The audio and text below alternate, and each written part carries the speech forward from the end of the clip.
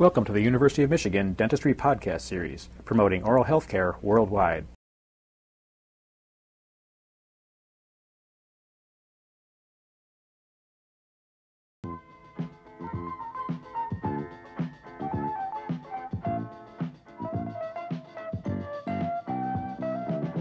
In a very strict sense, four-handed dentistry is a concept that consists of four major principles that work in unison to benefit both the dentist and the patient.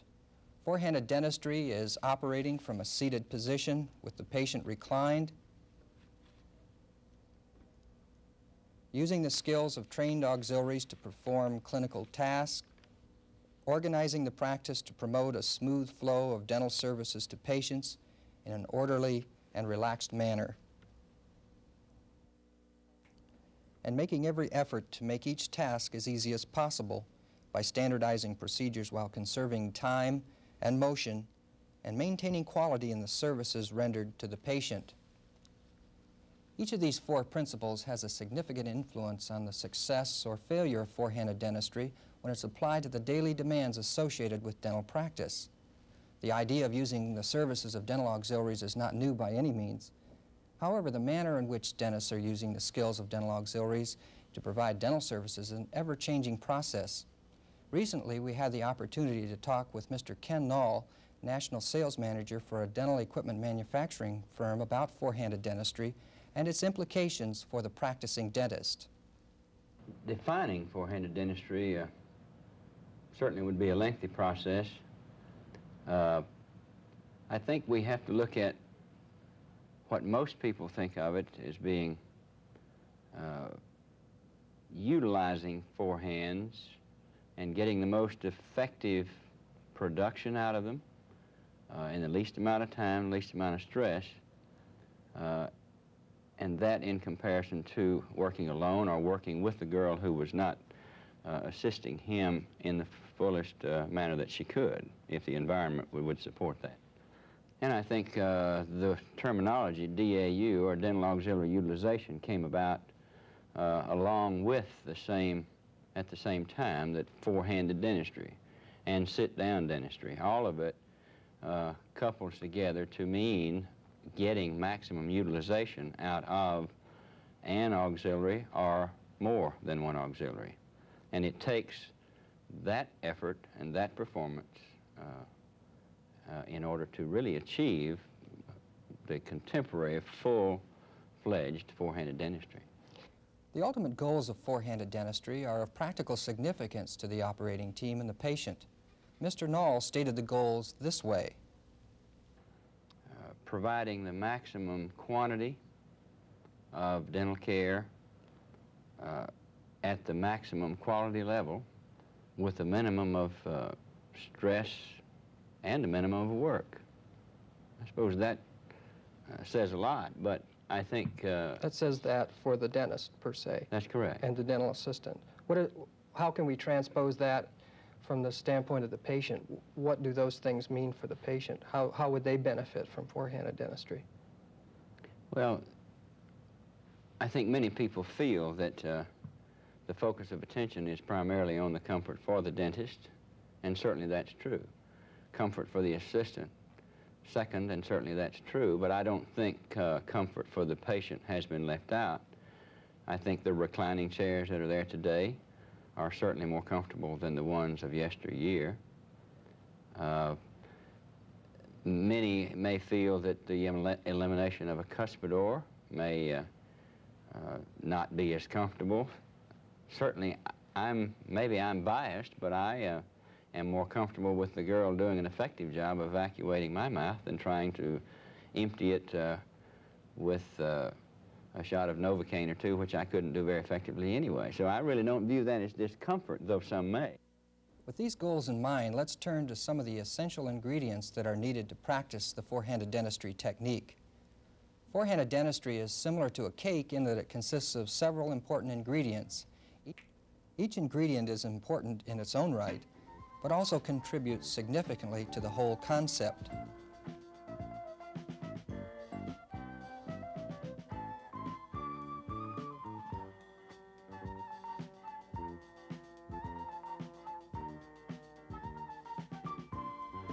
Dental equipment is a major part of the work environment in the dental office. The design and placement of equipment are critical factors which influence the comfort and convenience for the patient and the operating team. Although there are different design concepts used for four-handed dentistry, the equipment shown here is proven to be exceptionally favorable. This dental chair with its thin, narrow back and low base allows the dentist and the assistant to position themselves close to the patient for convenient access to the patient's oral cavity. The dental unit is located over the patient and is completely adjustable so that the dynamic instruments, control switches, air-water syringe, and oral evacuator are accessible to either member of the operating team. These instruments can be retrieved and returned to the unit with a minimum of movement by either the dentist or the assistant. A mobile cabinet with a sliding top that can be positioned over the assistant's lap provides a convenient work surface for instruments and materials. A storage well for commonly used support materials is within easy reach during the procedure. Drawers containing backup instruments and supplies are also accessible to the assistant while working at chairside. This equipment concept was developed in cooperation with the University of Alabama School of Dentistry in an effort to create a design that would provide comfort and convenience for both the dentist and the assistant. Dr. James Straley in Flushing, Michigan uses this equipment in his office and had this to say. And it's so simple and clean that this is what sold me on it, and we've been very, very happy with it. We've been using it now for about 3 months, and we really don't have any objections at all to it. It's worked very efficiently for us. One general rule of office design is to adapt the environment to the operating team rather than have the dentist and the assistant adapting to the environment. Careful planning of the layout of the treatment area and careful selection of the equipment will result in an environment which will allow the operating team to work comfortably while conserving time and motion. This effort will result in less stress and fatigue throughout the workday. Dentists should not overlook the need for comfort and convenience for the chairside assistant in designing a treatment area. The dental assistant spends as much time at chairside as does the dentist and is just as vulnerable to the negative effects of a poor work environment as the operator is himself. Terry Otterly, a dental assistant who consults for Mr. Null's firm, was asked if she agrees with the idea of designing the treatment area with the comfort and convenience for the assistant in mind. Yes, I do, 100%. You can go into practices today even, and you will see a dental assistant sitting down, and will have to reach all the way over there to get something because she doesn't have a mobile cabinet or a material and tray delivery system that brings it right over her lap. So you're taking this lady and you're making her bend and twist and turn around and then having her bend over again to get in the mouth to see. Designing the treatment area to make provisions for the convenience of the assistant represents a change in philosophy on operatory design since four-handed dentistry began.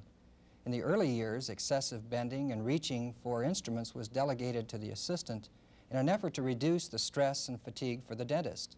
We discussed this point in more detail as well as its impact on the efficiency of the operating team. If we didn't focus a lot more attention on this, then when she was stretched out reaching to those far areas, then the dentist started falling back into older patterns of reaching for things for himself because she was taking too much time, too much physical movement. So I believe that it caused a refocus on the importance of that when they saw those things happening. It must happen quickly and easily and smoothly for four-handed to flow as we know it can flow.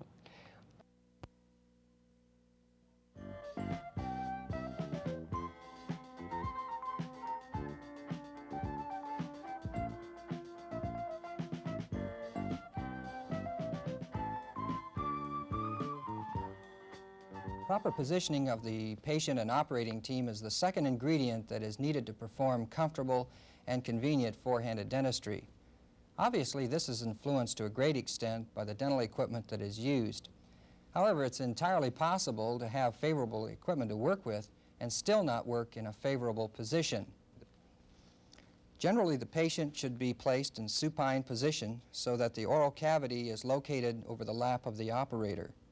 The operator should be seated comfortably with the thighs and forearm parallel to the floor. The back should be well supported and reasonably upright. Whenever possible, the elbows should be close to the trunk of the body. These relationships are collectively referred to as balanced posture. Balanced posture reduces operator fatigue and helps to prevent physical disabilities that can result from working using poor posture. In essence, sit-down dentistry is not just a matter of sitting down while working, but rather it's how well the operator sits that really counts. The operator should be able to sit comfortably and achieve favorable access and visibility to all areas of the patient's oral cavity. The chairside assistant should be positioned close to the dental chair across from the patient's oral cavity. Generally, the line of sight is improved if the assistant sits 4 to 6 inches higher than the dentist. The assistant's stool should provide abdominal support and a footrest. All instruments and materials should be within easy reach of the assistant so that excessive movements can be avoided.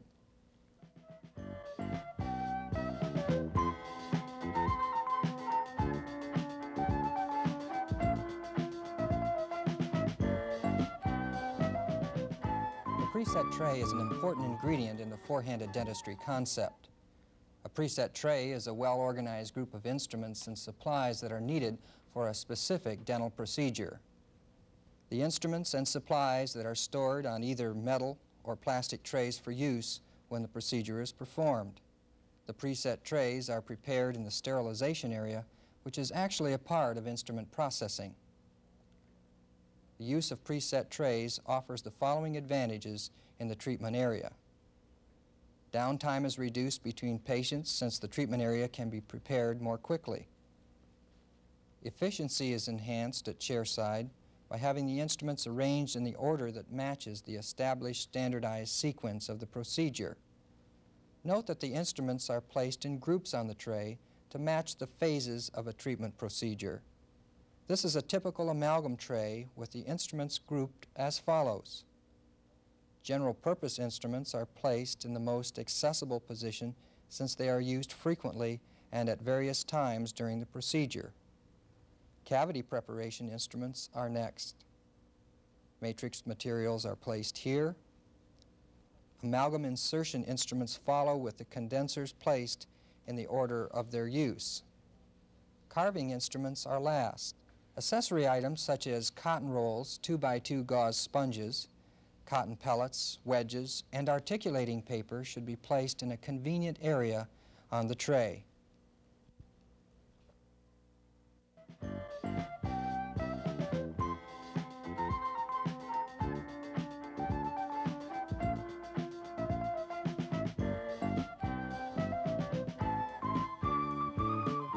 Maintaining an orderly sequence on the preset tray that corresponds to the sequence used for the procedure will promote procedural flow. Procedural flow is a smooth, continuous delivery of treatment to a patient with minimal delay as the procedure is being completed. The promotion of procedural flow is the principal function of standardization. Standardization of treatment procedures so that they become routine and the dentist becomes predictable. A majority of dental procedures follow typical sequence from start to finish. By establishing this sequence ahead of time, each member of the operating team can anticipate the other during the procedure, and it can be accomplished in less time with less confusion and frustration. Furthermore, less repetitious verbal communication of a technical nature is required between the dentist and the assistant. I asked Ken Null if he thought standardization of routine procedures was important. If that girl is going to be able to have every item brought to the oral cavity and doing a single hand transfer, she must know which one to have out there next. And then the waiting time is greatly reduced, and in most cases we see is totally eliminated. And that can only be done by total planning of the sequence of those items. Dr. Straley demonstrated good procedural flow as we taped a portion of an amalgam procedure he was performing during our visit to his office. The matrix band is being placed as the assistant holds the interproximal wedge in readiness in her left hand.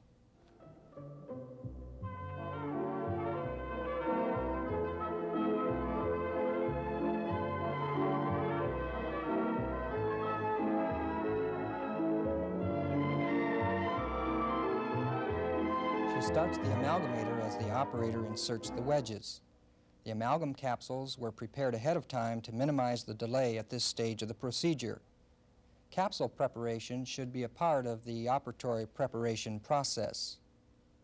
The operative site is rinsed as the amalgam is being triturated.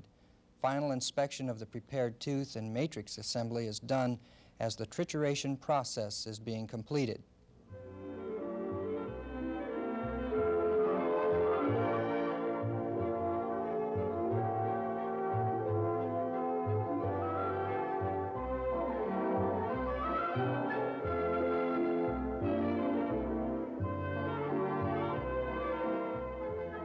Coordinating the start of the mix with the placement of the matrix assembly is required to reduce the delay in delivering the material to the operator.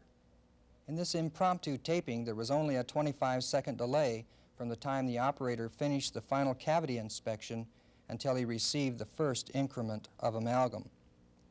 Notice how smoothly and efficiently the procedure is flowing with minimal movement and very little verbal communication between the operator and the assistant. This is possible because the procedure is standardized and the operator is predictable. The assistant can anticipate the next step and avoid unnecessary delays. In addition, the equipment is identical in each operatory so that the operating team does not have to adjust to a different environment in any treatment area. Ken Knoll had these comments. In the long-range planning, so much of the work is done by reflex, reaching to the same place every time, so that attention can be focused onto the minute details that they're doing, they're thinking there. I'm sure we all have examples. Driving a car, we know where the radio knob is, or something of this sort every day that we do, much of it by reflex. And certainly because of this, standardization in every operatory will get him and the team well ahead of the game.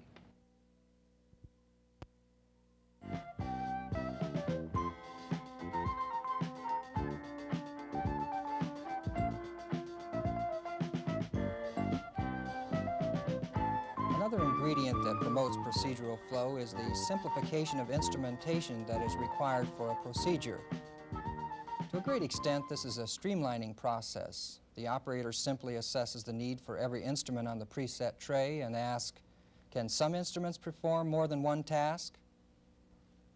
For example, an amalgam condenser can be used to place cement base material into a prepared tooth, thus eliminating the need for a special instrument for this purpose.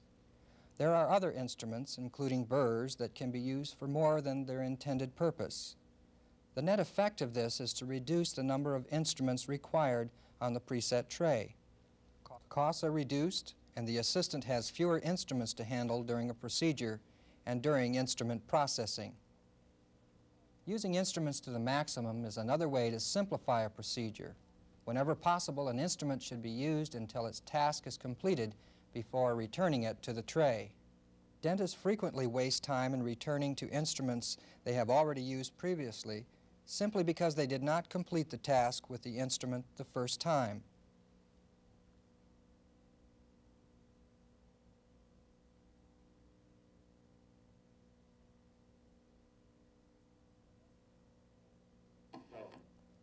Unnecessary return to previously used instruments not only wastes time, but also generates more confusion and interrupts procedural flow.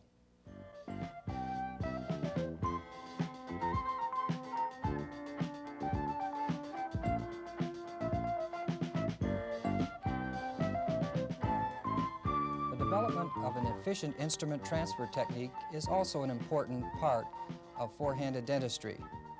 Any instrument transfer technique requires coordination between the dentist and the assistant. Some practice is needed, but the rewards are well worth the effort. A smooth, well-coordinated transfer of instruments and materials to and from the operator during a procedure conserves motion, saves time, and reduces eye strain. The pickup and delivery method shown here requires only the assistant's left hand.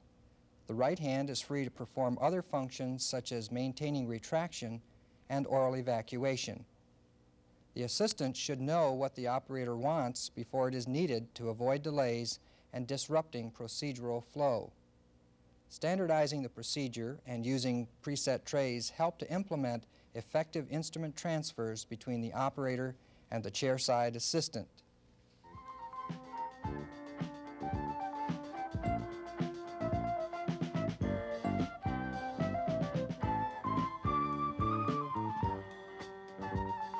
Evacuation and debridement of the oral cavity are also important ingredients in the four-handed dentistry concept.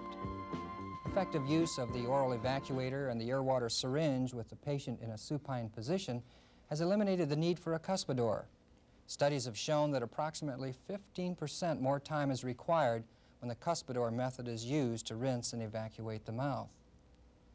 The control of oral fluids during dental procedures is critical for patient comfort, safety, and operator visibility, since they all depend on effective oral evacuation.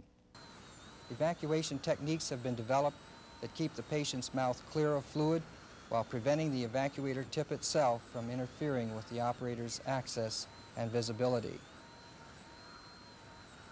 Debridement of the operative field can be accomplished effectively as shown here, with the operator retracting soft tissue while the assistant rinses and evacuates simultaneously.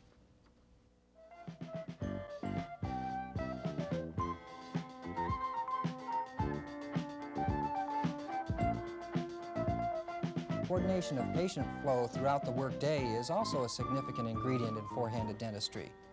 Careful appointment control is mandatory in order to utilize facilities and dental personnel to the maximum.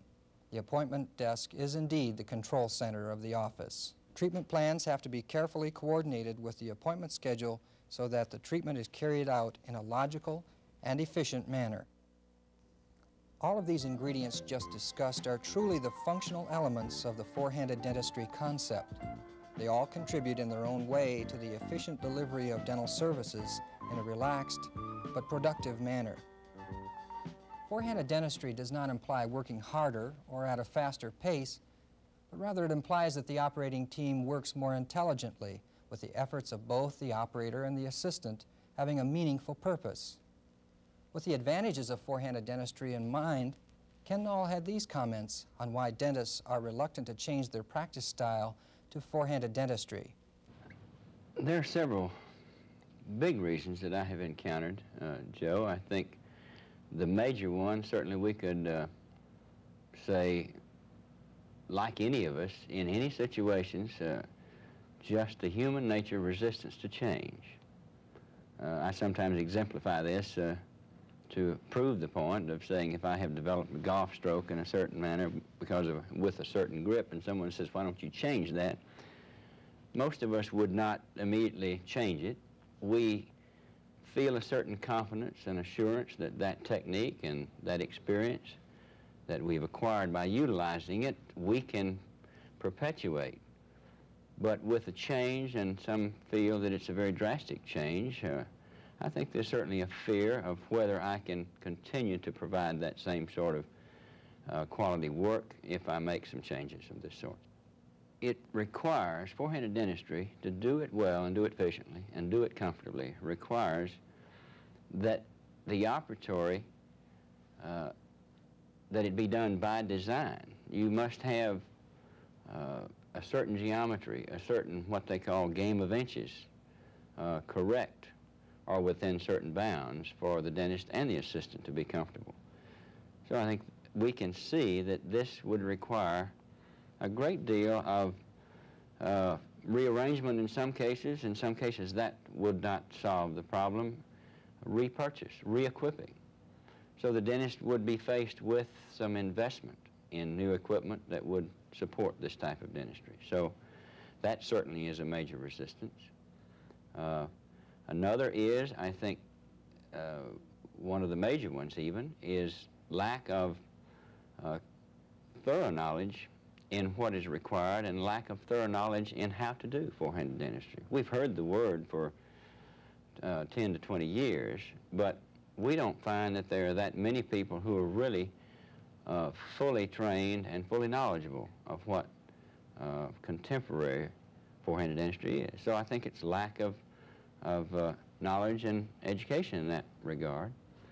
Another one that I've heard a great deal is that, well, where do I find a dental assistant who can do this type of effective four-handed dentistry? So I think they fear that there are not dental assistants available, and maybe if they're not available, are they astute enough in the principles to teach and train? The benefits of the four-handed dentistry concept are best summarized in the goal of the concept that was stated previously, and that is to deliver the maximum quantity of high-quality dental health service to the maximum number of people in a comfortable and stress-free manner. However, this doesn't just happen by chance, but rather by design. You've been listening to a presentation from the University of Michigan School of Dentistry, which is dedicated to supporting open learning and open educational resources. This recording is licensed under the Creative Commons.